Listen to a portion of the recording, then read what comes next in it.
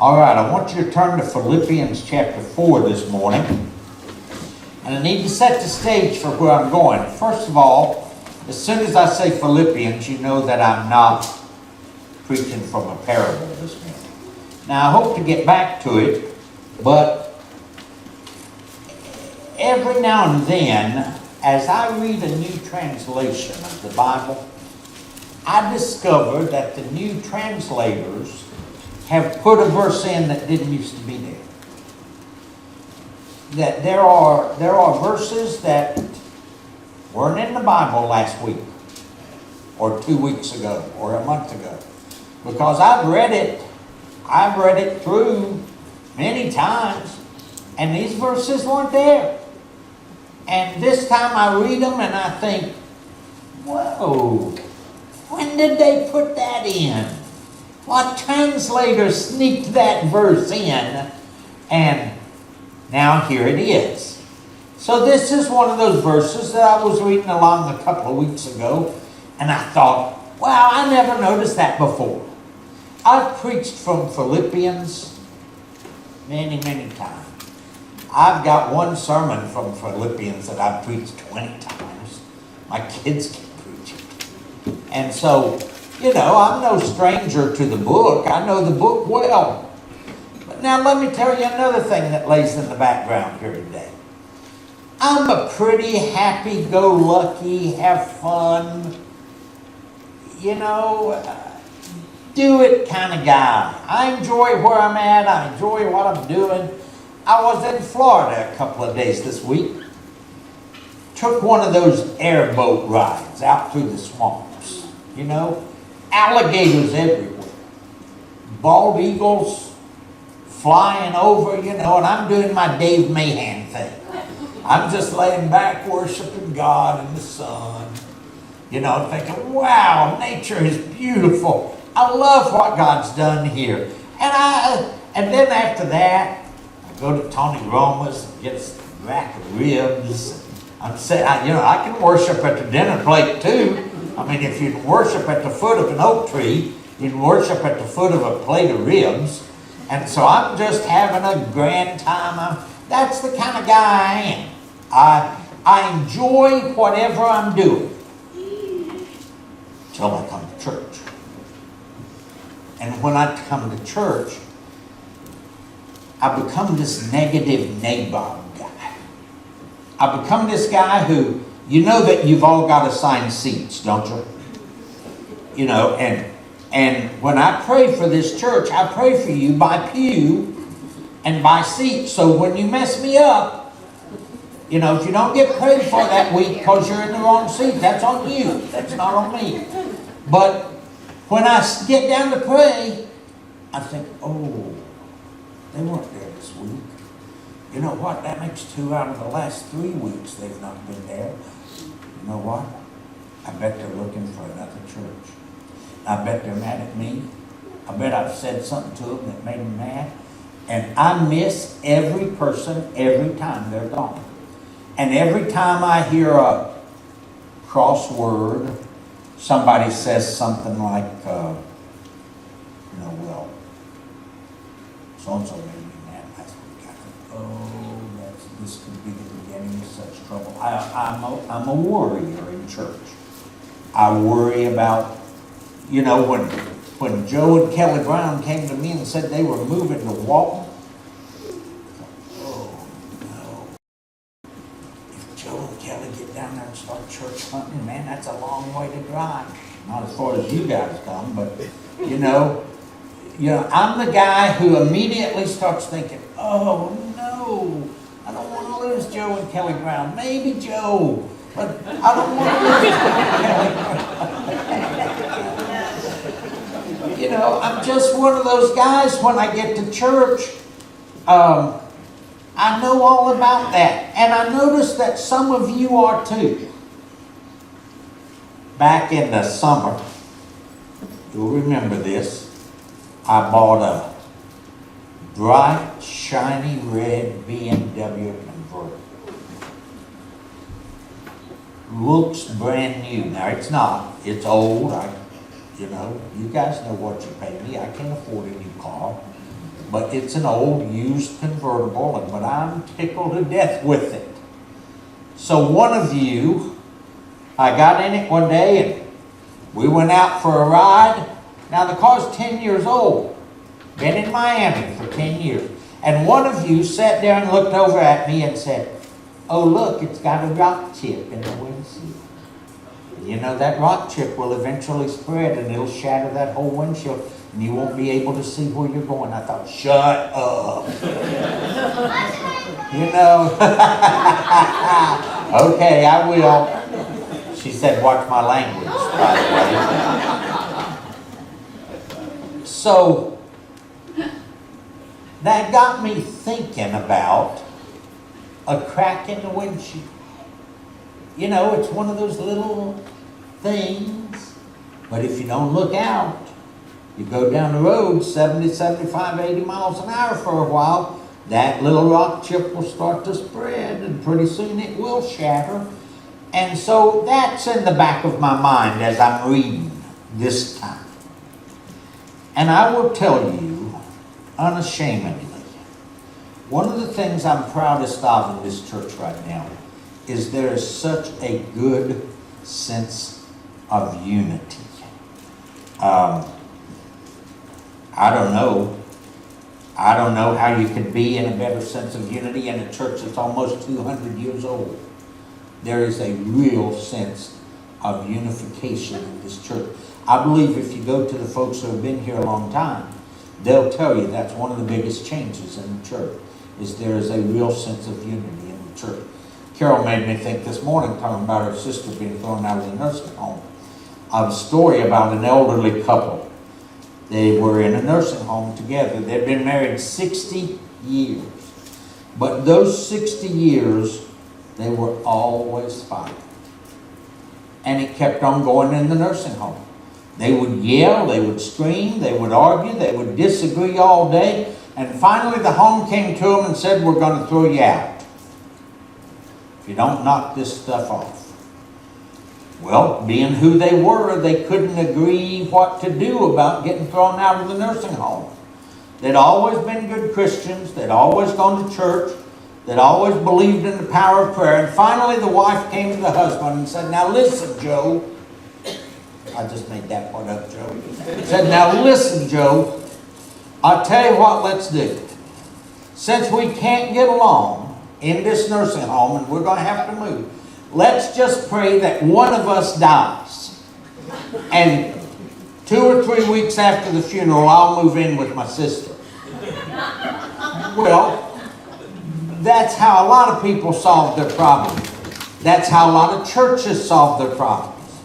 And I don't care what situation you're in. I don't care if you're talking about school or work or business or whatever. Sometimes getting along is tough. You know, tripping in athletics and baseball and soccer and football, they call it chemistry. You got not to just have the best 9 players on the baseball field or 10, but you got to have the right chemistry. There's got to be some sense of unity in it. And my logic tells me that if a baseball team or a football team needs chemistry, then a church needs chemistry. And so it's important that we get our chemistry right. The best of churches have struggled. As long as people are involved, there's going to be trouble. As long as people are involved, there's going to be struggles. I've looked for a way to have church without any people. But I haven't found anything like that yet. And the fact is just, folks, that sometimes people can be a little prickly. You know? Sometimes people can be rubbed wrong. Sometimes there's a crack in the windshield. And you don't think it's much. Now, I'm still driving that BMW and it's got 3 rock chips in it. And they don't bother me. I just go on with it. But I'm here to say that as a church, disunity will slow us down. It'll keep us from getting where God means for us to go. Now, all that brings me to the church at Philippi. Man, I hope you know about this church. It is a great church. Paul says, I thank God every time I think of you. Wouldn't that be a good thing to be said about a church? Somebody goes off, they move away, and every time they think of San Juan, it's a pleasant thought, and they thank God for us. Paul said they were a reward to him. Think about it. He says, I've worked hard all my life, and the pay you gave me was I got to be a pastor in the church at Philippi. You are a jewel in my crown, a jewel in my ministerial cap. They were good financially. They loved to give. They loved to minister. They loved to reach people. They were theologically sound. They got their doctrine right. They weren't little babies. They loved everybody. It was a great, great church.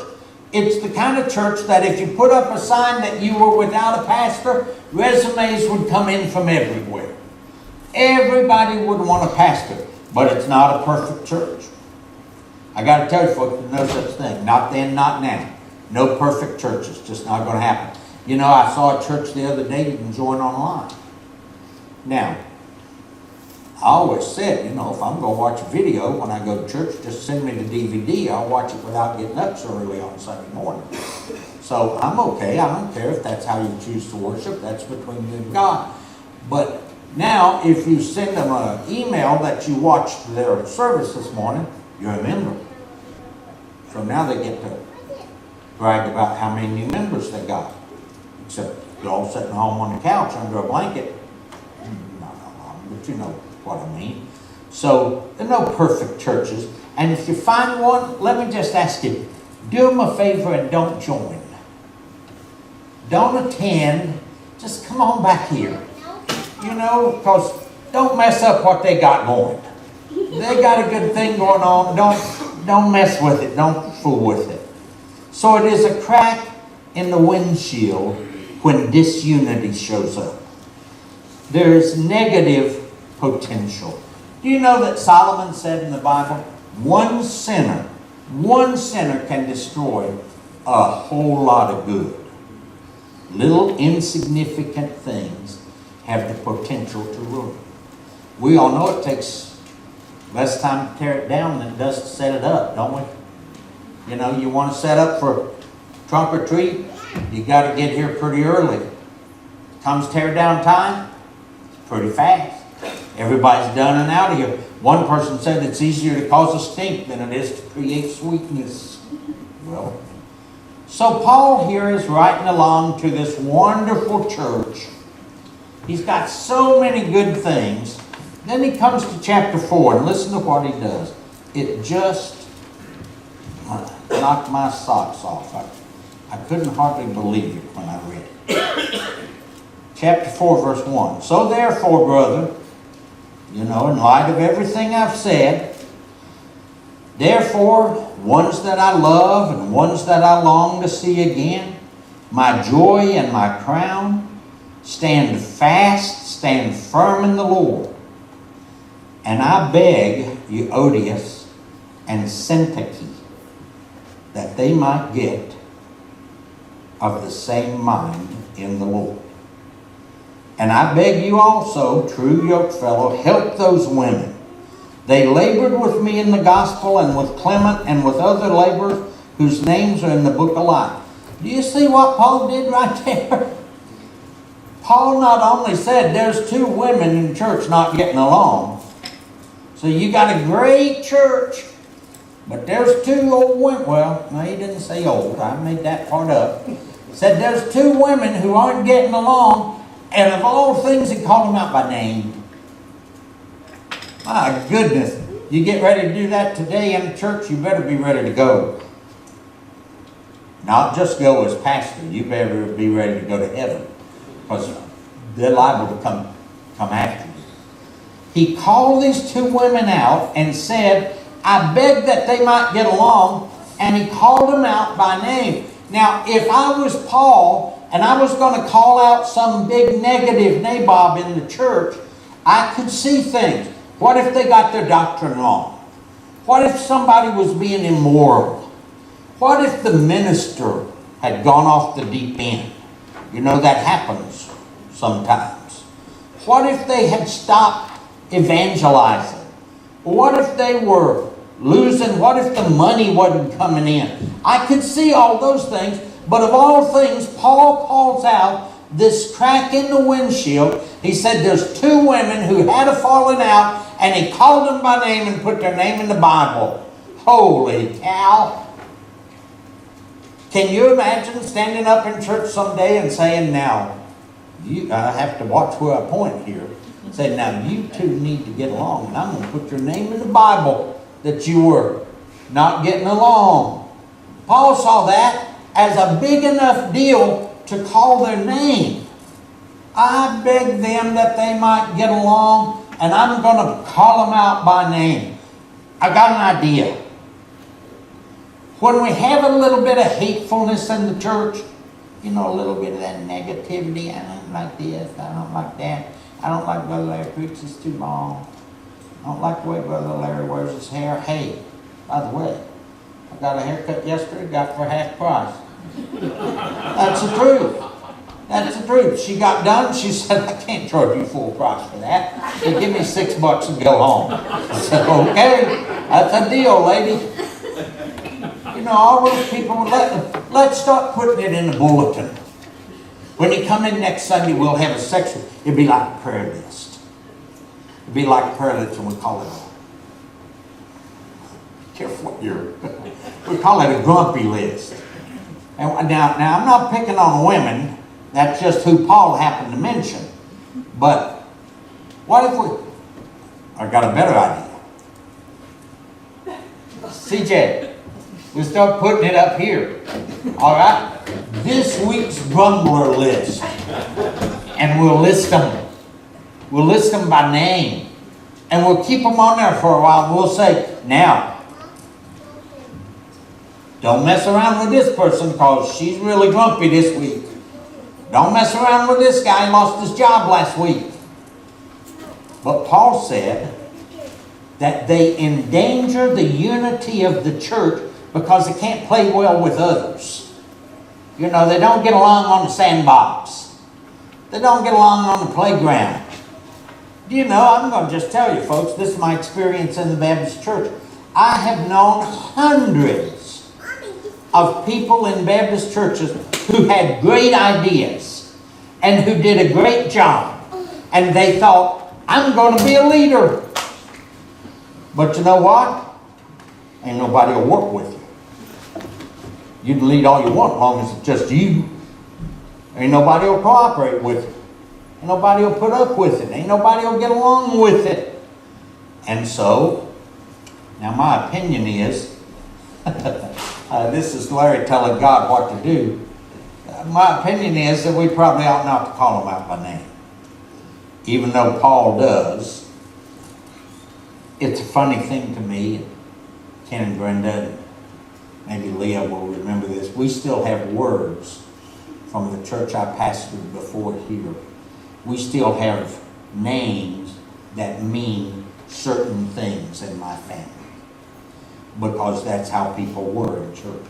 We had a lady in church who was blind. Her name was Dot Hoffman.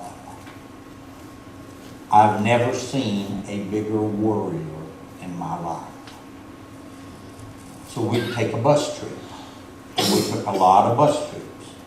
We'd take a bus trip and she'd sit right behind me and I'm driving. And I would just casually, you know, I'd get down to a quarter of a tank, which means on a Greyhound, I can only go 250 more miles.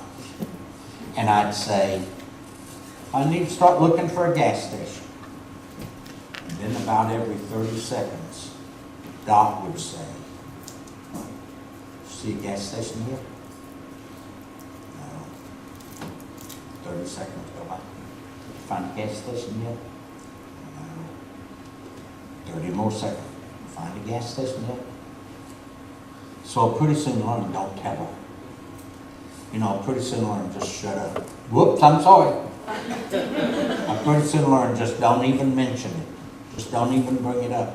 And now we still, as we're going down the road, somebody will say something and one of us will say, oh, welcome to the trip, Doc Hoffman. And everybody knows what we're talking about and what we're doing. So in this wonderful, great church, Paul began to sense a little division. And he said very clearly, he said, stop it. He said, I love you all. You're the jewel in my crown, but stop it. Knock it off. Folks, do you understand that the world is against us? Do you know when you... I don't know, unless you just don't watch the TV anymore, you have to understand Christianity is under attack, don't you? And it doesn't just mean Christianity as a whole group. It's not just church. It's you. You are under attack. Go to high school and try to be a Christian. Go to college and try to be a Christian. Go to work and try to stand up for the Lord. Get on Facebook and tell them what you really think. Just be honest on there. Tell them. The world is fighting against us. The last thing in the world we need is to fight each other. The enemy is there. We don't have any enemies in here. We're brothers and sisters in Christ in here. We love one another in here. The world is trying to keep you from growing. What we want to do is help you grow. We want to say to you, stand firm, stay in the fight, be united. The world is battering the church. And understand, folks, these two ladies weren't evil. Paul says they were good workers. Paul says they weren't enemies of the church. They weren't immoral. They weren't heretics. They were members of that church. They'd worked hard. They believed what they were doing was right. They thought it was in their best interest. They thought they knew best, and that meant they thought if it was good for them, it had to be good for you. No, it don't.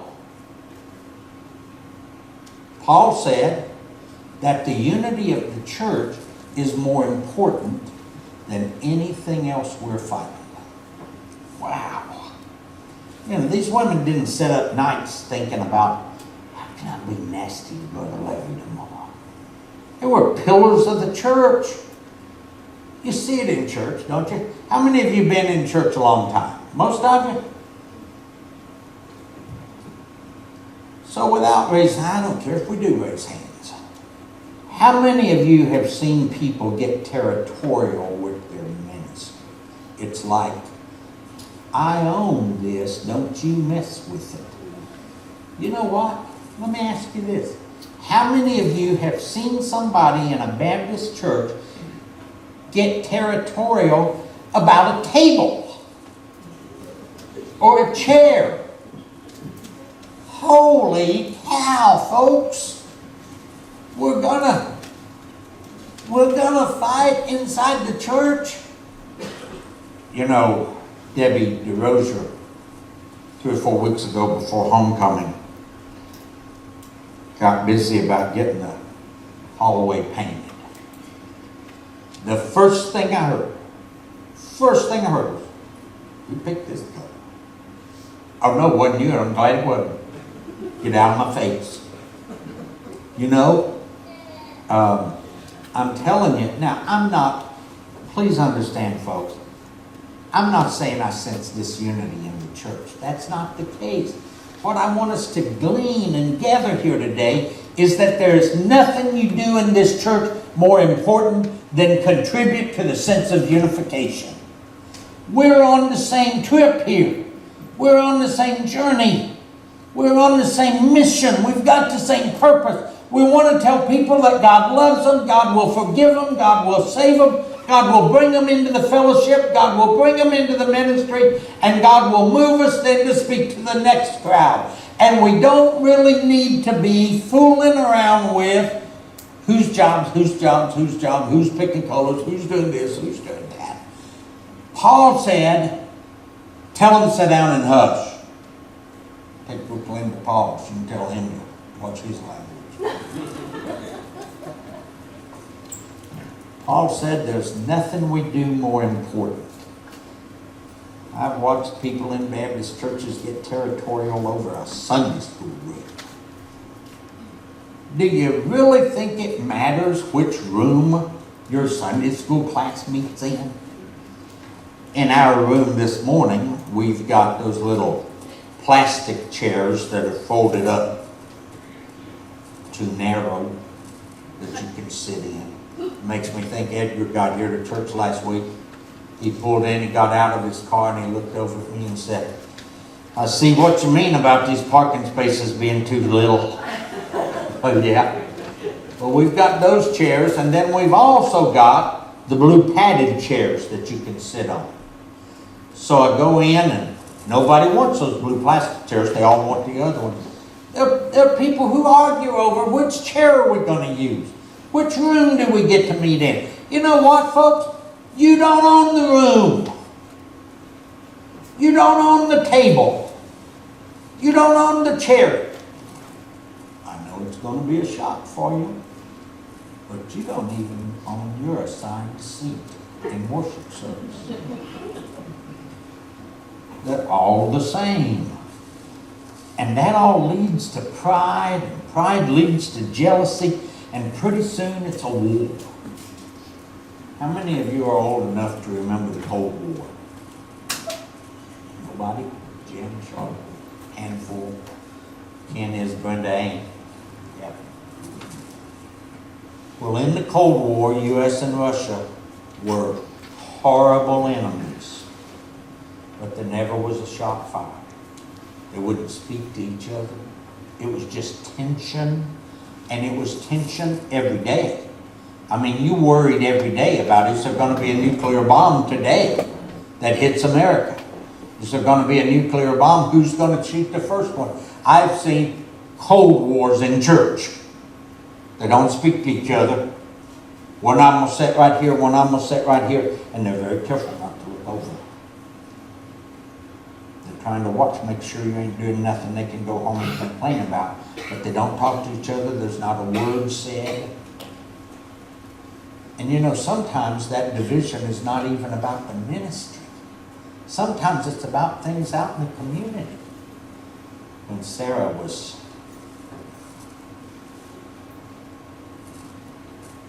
way too young to meet a boy, she had a little boyfriend over in Campbell County. His name was Jeff. And Tim came along and broke Jeff and Sarah up. And Sarah started going out with Tim. Jeff's mother got mad at her. Why? You got mad at me because my kid didn't date your kid? Is that really what happened here? And by the way, just for what it's worth, Jeff and his wife are Tim and Sarah's neighbors in Thornwise. I love it. You know, I've seen churches get division because their kids don't get along. I've seen it because you forgot to shake my hand this morning. Maybe you did a job outside church and didn't get along. Maybe you had an Avon party and you didn't invite me. You better have a good explanation. Or maybe I did invite you and you didn't come. You better have a good explanation for that. Wouldn't be Avon anymore probably though, would it? It'd be a 31 party now. Or a Lulu Roll party now. And you didn't invite me. Folks, I need some Lulu Rolls. Make them in spandex. You know, how many times the fights are about things that are nothing. You know, it's not a big doctrinal problem. I'm not saying ignore big doctrinal problems or ignore big moral problems, but it just has the potential to be a crack in the windshield. And I'm going to hush here. But let me tell you a secret. There ain't no secrets. You know that, don't you? You go home, you say in front of your wife, "Man, John, I didn't have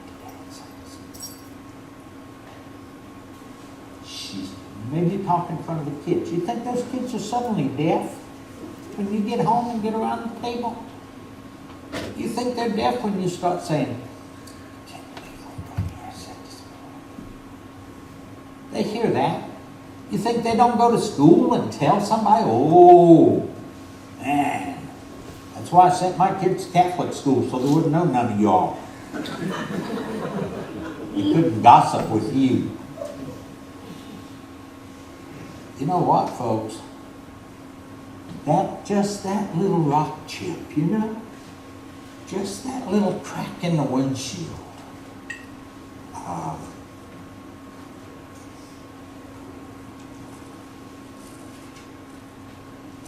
Two women on the train, getting where they're going as they go along, they start arguing over the window. One of them says, if you put that window up, I'm going to die of pneumonia. The other one says, if you put that window down, I'm going to suffocate to death. And they start the argument. I'm going to die, I'm going to suffocate. I'm going to die, I'm going to suffocate. Finally, one of the other women says, well, let's keep it up till you die of pneumonia, and then put it down till you die with suffocation, and then the rest of us can enjoy the trip. So what we need, folks, I'm just telling you, you don't fix these things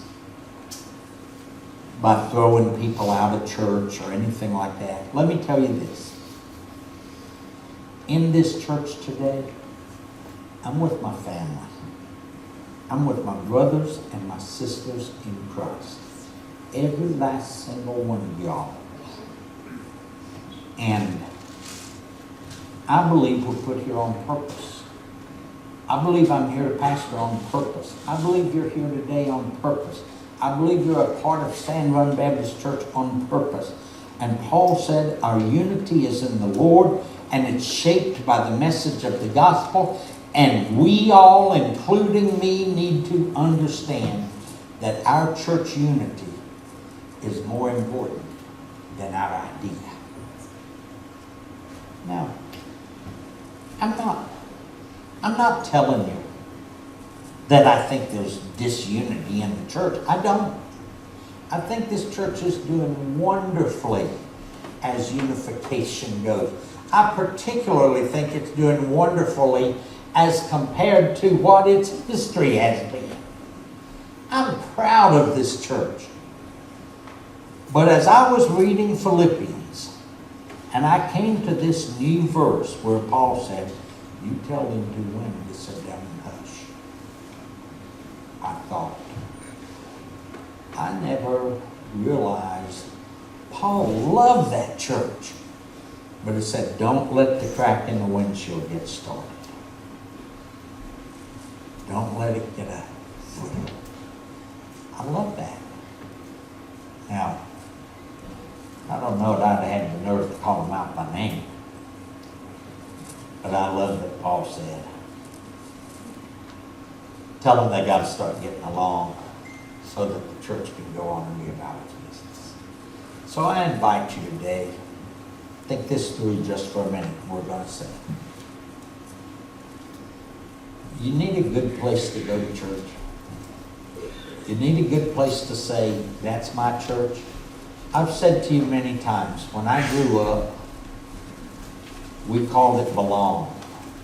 Every community had a church. And you'd run into somebody that you hadn't seen in a while, and they'd say to you, now, do you go to church? And you'd say, yeah. They'd say, now, where do you belong? I always liked that concept. It's not just my membership. It's where I belong. It's where I believe God brings me. You need a good place to go to church. We got a good one. We got one that when the crack in the windshield starts, we fix it. I'm not worried about that stuff. I'm not going to fight over that little stuff.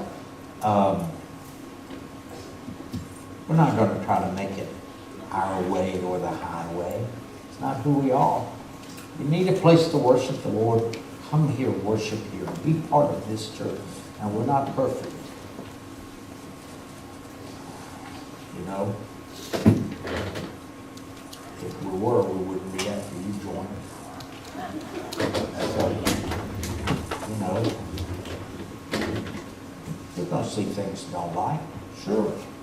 Going to be days you like the music better than other days. Sure. Going to be days you like the preaching better than other days. Sure, there's days I like the preaching better than other days. You know, there are days I go home and think, I preached a good sermon. There are days I go home and think, you're going to have to put more time in more. You know. Sure. Man, it's a good place to worship God. I invite you today to just, first of all, some of you may have cracks in the windshield that you need to fix. Maybe you need to just walk over to somebody and, you know what, let me tell you a secret. Let me tell you a fact. When you get ready to fix a crack in the windshield, it doesn't have to be a big production. You don't have to go over and hug and cry and say, oh, I'm sorry that I've been mad at you. I love you so much and just forgive me for what I've done. You don't have to do all that stuff. Do it if you want to, but you don't have to do all that junk, all that drama. That's probably what got you in the spot you're in. You know what you can do? When you pass them in the hallway when church is over, just say, hi, Charlotte, good to see you, and walk on. Suddenly Charlotte knows the Cold War's over. The Cold War's ended. You see, you don't have to do a thing. You just have to maybe walk by and just say, hey, good to see you today, and walk on. And he'll know that the Cold War's done. I invite you to fix those things. If it's today or next week. I don't even know if there are any of those things. If you're mad at me,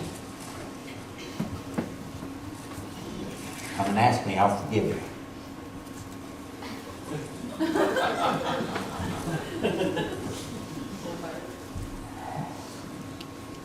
And just in case the line starts on this side. Man, I hope everybody knows how important unity is in the church. How much it matters. How are we going to win people to Christ if we shoot each other? How are you going to win people to Christ if you go into work and the first thing you say is,